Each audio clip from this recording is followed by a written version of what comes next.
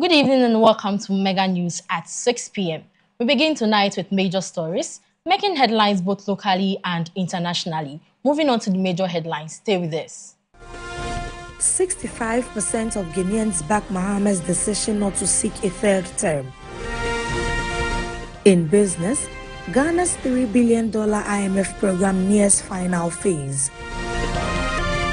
And on the international front, France battles massive wildfire as blaze moves closer to Bordeaux outskirts.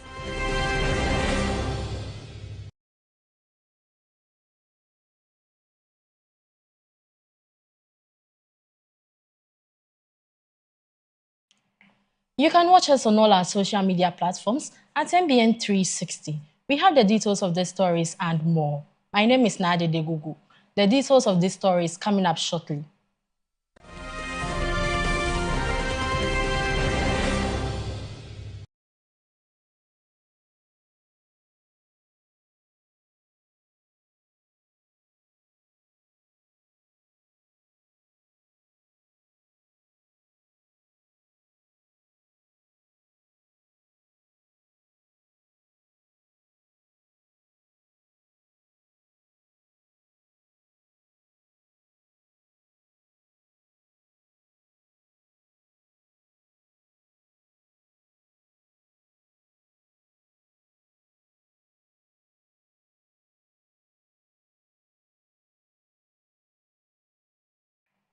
To our first story, a new national survey shows that a majority of Ghanaians supports President John Dramani Mahama's decision not to pursue a third presidential term, with respondents describing the move as a demonstration of respect of Ghana's constitutional democracy. A new opinion survey indicates that 65% of Ghanaians support President John Dramani Mahama's decision not to seek a third term in office.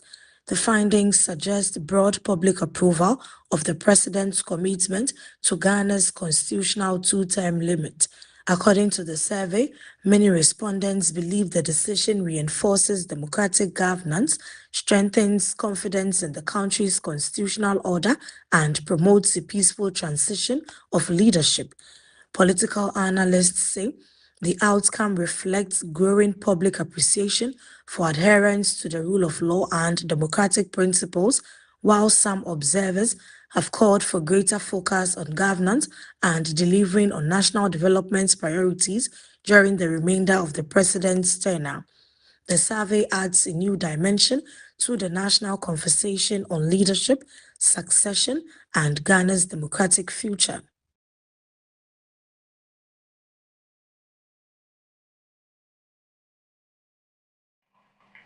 Moving on, government has allocated 50 million Ghana cedis to support the operationalization of the new campus of the University of Mines and Technology, in a move aimed at expanding access to specialized tertiary education and strengthening Ghana's mining and engineering workforce. Government has earmarked 50 million Ghana cedis to operationalize the new campus of the University of Mines and Technology, UMAT, as part of efforts to enhance higher education infrastructure and build capacity in the country's mining and technology sectors. The funding is expected to facilitate the completion of critical infrastructure, procure essential teaching and learning equipment, and ensure the campus is ready to admit students. Officials say the investment underscores government's commitment to expanding access to quality tertiary education, promoting research and innovation, and producing the skilled workforce needed to support Ghana's industrial and mineral resource development. The initiative is also expected to stimulate economic activity and create new opportunities in the host community as preparations for the campus opening gather pace.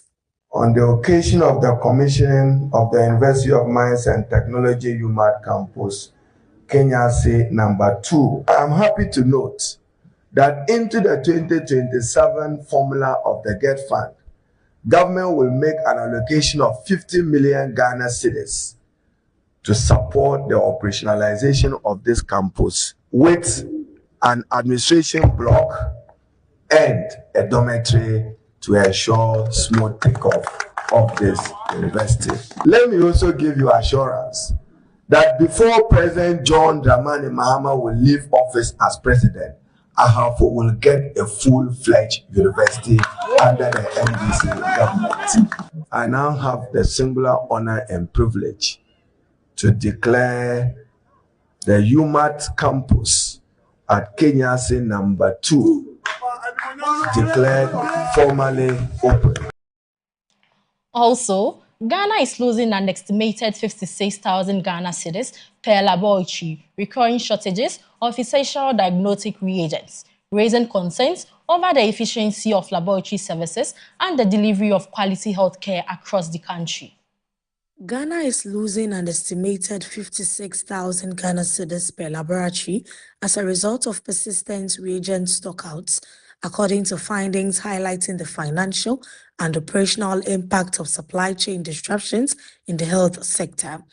The shortages have forced laboratories to suspend or delay critical diagnostic tests, affecting patient care, increasing turnaround times, and reducing revenue generated by laboratory services. Health experts warn that inconsistent supplies of essential reagents not only strain healthcare facilities financially, but also undermine disease detection, timely treatment, and overall confidence in the healthcare system. The findings have renewed calls for stronger procurement systems, improved inventory management, and more reliable supply chains to ensure uninterrupted laboratory services and safeguard quality healthcare delivery nationwide.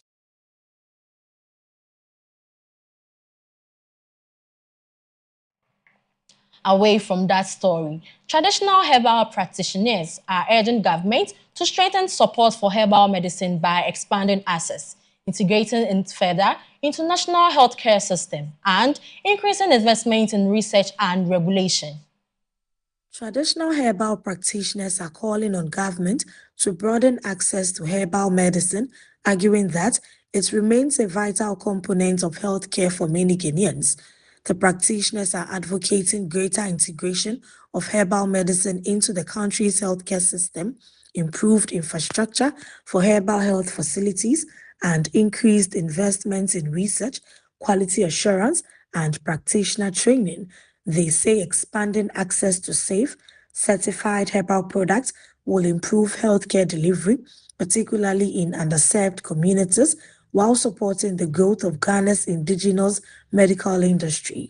The appeal comes amid renewed efforts to promote traditional medicine as a complementary component of national healthcare and to ensure herbal treatments meet recognized standards of safety, efficacy, and quality. It is time the Ghana Standards Authority comes out with a standard procedure for herbal medicines, because so that FDA will use, Traditional Medicine Practice Council will also use theirs, and industry will use theirs. Everybody will use it, because currently when you go to FDA, for instance, today when they bring one policy, tomorrow they change it.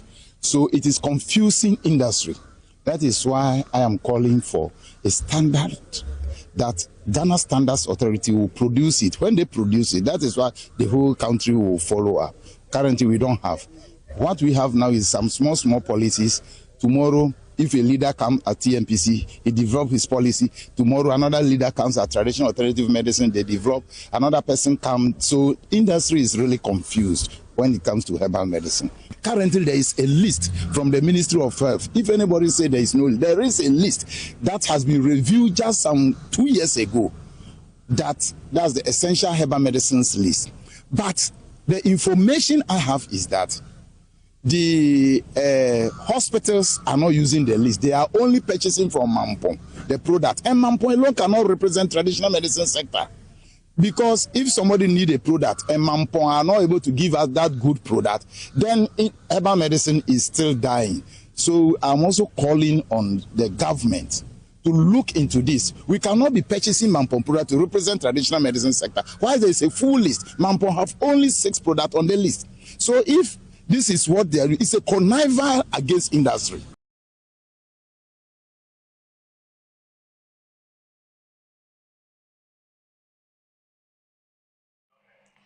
In other stories, the Deputy Attorney General says the Office of the Special Prosecutor did not seek the views of the Attorney General before issuing its recent ruling, raising fresh questions about institutional coordination in high-profile investigations.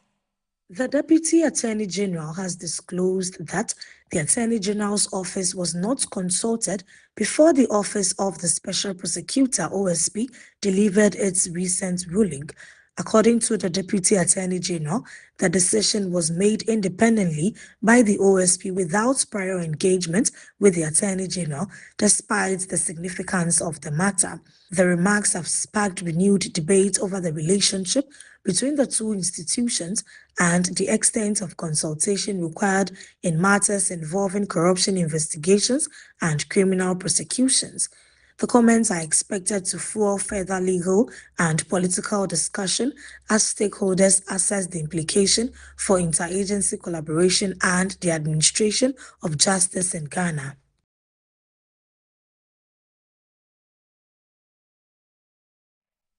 Also, the Speaker of Parliament, Right Honourable Alban Sumana Kingsford-Bagbin, has criticized the growing trend of parents sending their children to abroad at the early age for education, urging that it deprives them of family guidance and cultural values during their formative years.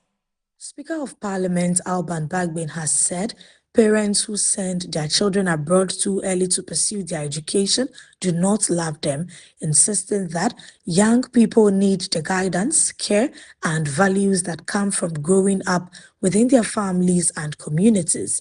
Speaking on the issue, Bagbin argued that children who leave home at a young age may miss out on essential parental supervision, cultural identity, and moral development during their formative years. He urged parents to carefully weigh the long-term social and emotional impact of overseas education against its academic benefits, stressing that success is not determined solely by where a child is educated. The speaker's remarks have sparked debate over parenting, education, and the increasing number of Guinean families choosing to send their children abroad for schooling at an early age. And many of you who rush your children abroad to study, I beg you, you don't love your children. Because you know you are going to lose them. It's when they study here and get to a stage of maturity and they want to advance, and they're going to do masters, PhD, and that kind of thing, then you have hope that they will come back. Those you carry as babies and send there, they don't even come to your funeral.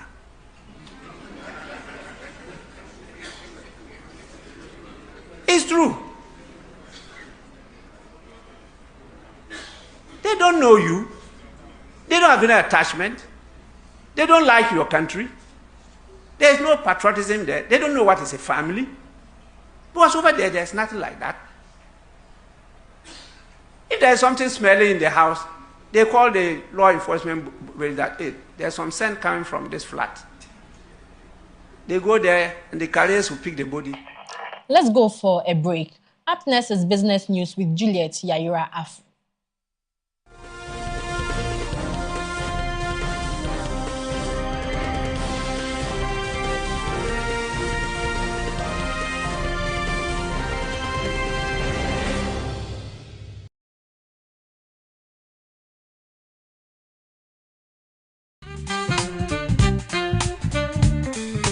Let me introduce you to Farm Global Company Limited. At Farm Global, we offer you a variety of groceries and provisions to choose from. Cosmetics, perfumes, bed sheets, undies, boxes, you can mention all.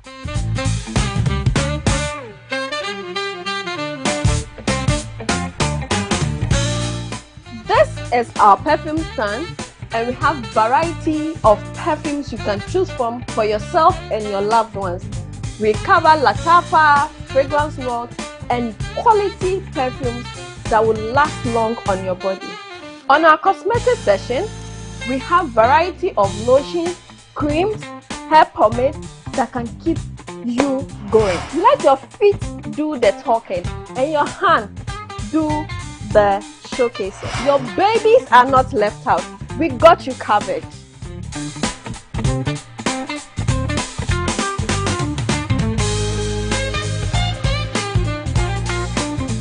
At Farm Global, we make shopping a beautiful experience for you and your family. You can be at home, send your list and get it delivered for free. Yes, for free. We know you can pay for it, but we want to show appreciation. We bring everything to you at your doorstep. Locate Farm Global on the Nungwa-Boade Road, just opposite Redeemer Chemist. Call us on 0592 0999 52 or 050 384 3633. Farm Global, fast, reliable, and convenient.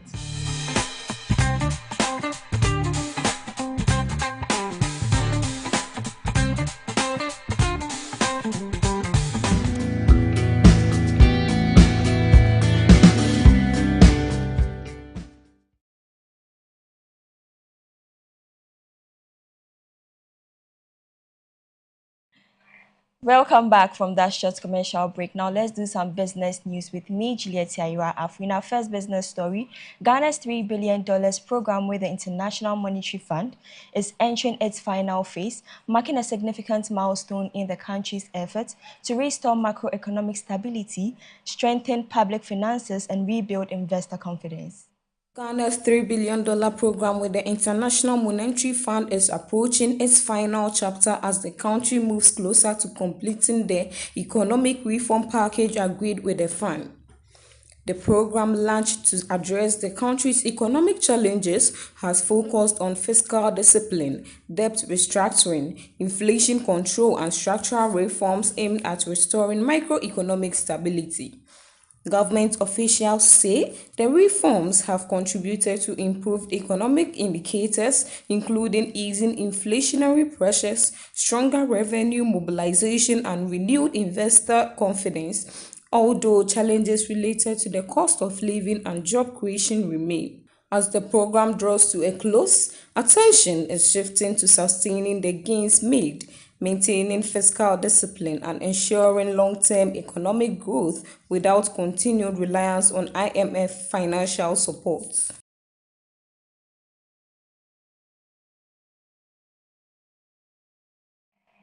Investor demand for government securities remained strong in the latest Treasury auction, with bids worth than 12 billion Ghana cedis submitted, outscoring sustained confidence in Ghana's domestic debt market.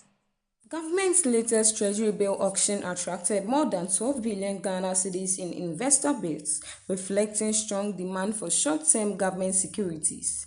The oversubscription highlights continued investor appetite for Treasury instruments amid ongoing efforts to strengthen public finances and maintain macroeconomic stability. Market analysts say the robust response provides government with greater flexibility in managing its short-term financing needs while signaling confidence in the country's domestic debt market. The latest auction comes as authorities continue to pursue prudent fiscal management and implement economic reforms aimed at sustaining stability and supporting long-term growth.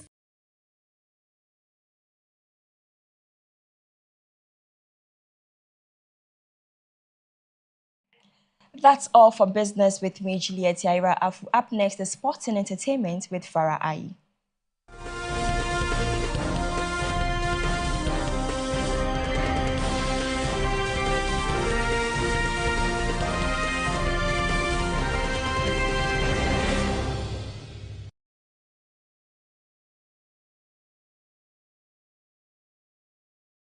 Hi, welcome to Shiloh Guest House, where comfort meets warmth.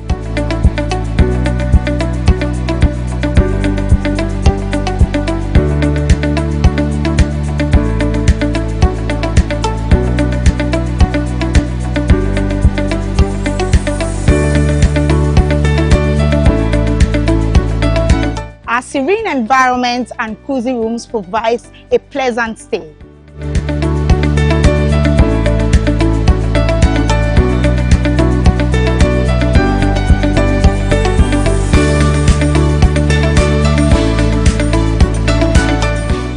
To book a room with us, call 055-5940 103 and 0241 972076.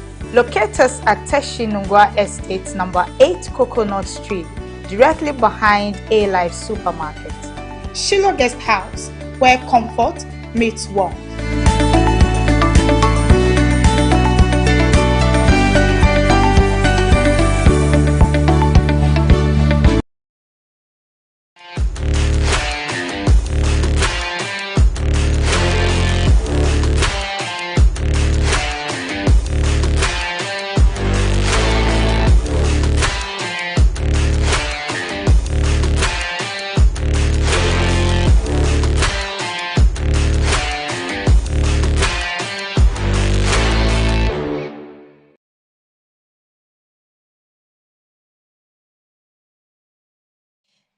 Now, welcome back from the break. My name is Farah Ayi, and I'm bringing you the sports news. Now, in sports, Team Ghana endured a difficult third day at the 2026 Commonwealth Games, with several athletes falling short of medal contention despite determined performances across multiple disciplines. Team Ghana endured a challenging day 3 at the 2026 Commonwealth Games as the country's athletes struggled to make significant progress in their respective events. Despite spirited performances, Ghana's representatives were unable to secure podium finishes, with several competitors bowing out during the preliminary rounds and others narrowly missing qualification for the next stage. Team officials have, however, expressed confidence in the remaining athletes, insisting Ghana still has opportunity to improve its medal prospects as the competition continues. Attention now turns to the upcoming event where Ghana's athletes will be looking to bounce back and keep the nation's hope of a strong Commonwealth Game campaign alive.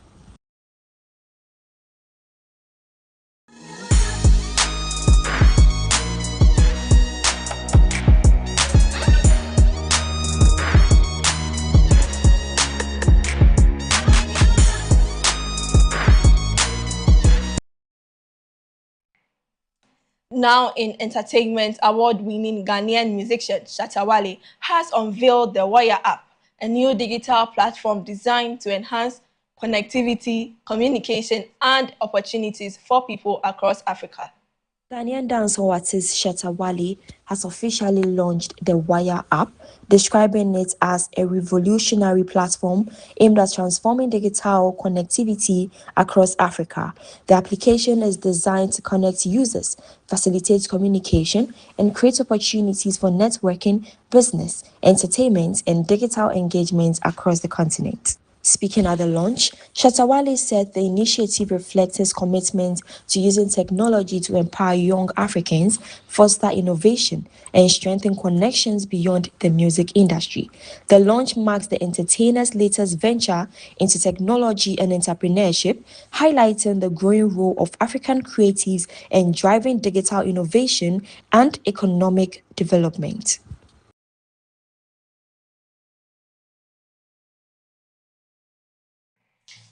Now that's all for sports and entertainment with me, Farah Ayi. Up next is the international news with Nadede Gogo.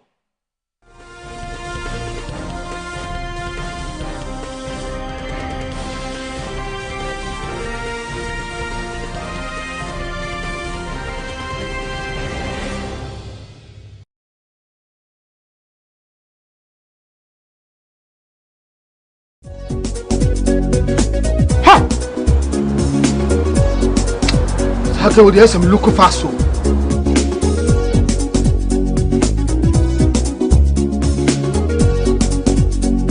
Mama, me again. Let's go. Yale.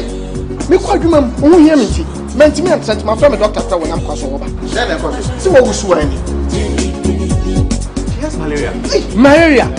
Oh, what they say? What the router? Me copy the absence here. A drone a friend router mixer. Yeah, come on, ready to draw. And running some Gaftrap and the draw ku abaso body ase wabo ruta mixture abaso ruta natural products nduane ne ruta mixture ya e de kutie atridi ruta tonic and the ruta life wa e huhuru e feel strade bone e fi nipadua mu na support immune system no ruta de obi ase ye FDA ade dwede nkrato ya tu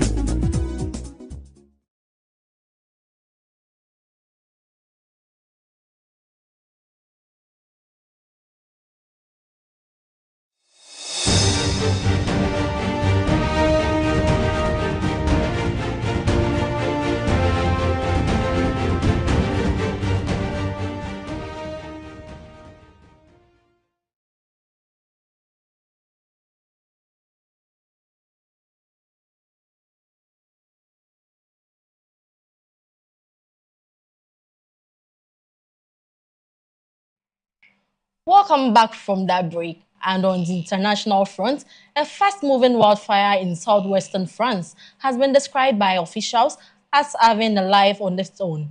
A firefighter battled to contain the blaze, which has advanced to within 9 miles of the outskirts of Brune.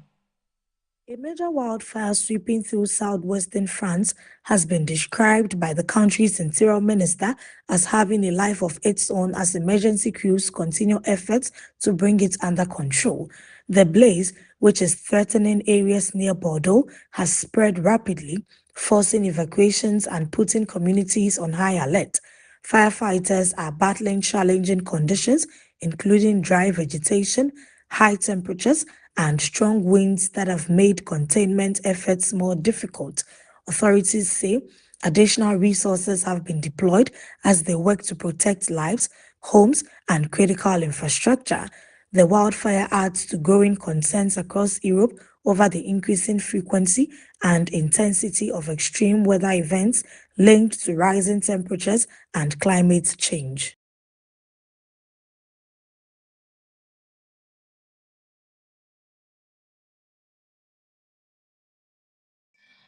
Still on the international front, South African authorities have launched an investigation into the death of the Nigerian national who collapsed and later died during an arrest, as questions are raised over the circumstances surrounding the incident.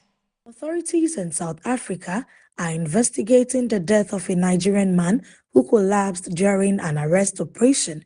The incident has triggered concerns and calls for a thorough probe into what led to his death, with authorities seeking to establish the events that unfolded before, during, and after the arrest.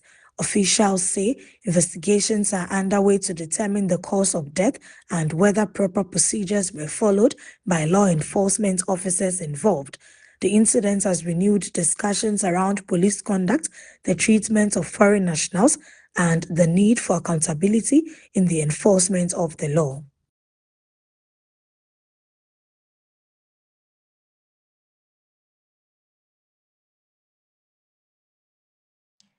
That's all for the 6 p.m. news. But before we go, let's take a recap of the major headlines. 65% of Guineans back Mahama's decision not to seek a third term. In business, Ghana's $3 billion IMF program nears final phase. And on the international front, France battles massive wildfire as blaze moves closer to Bordeaux outskirts.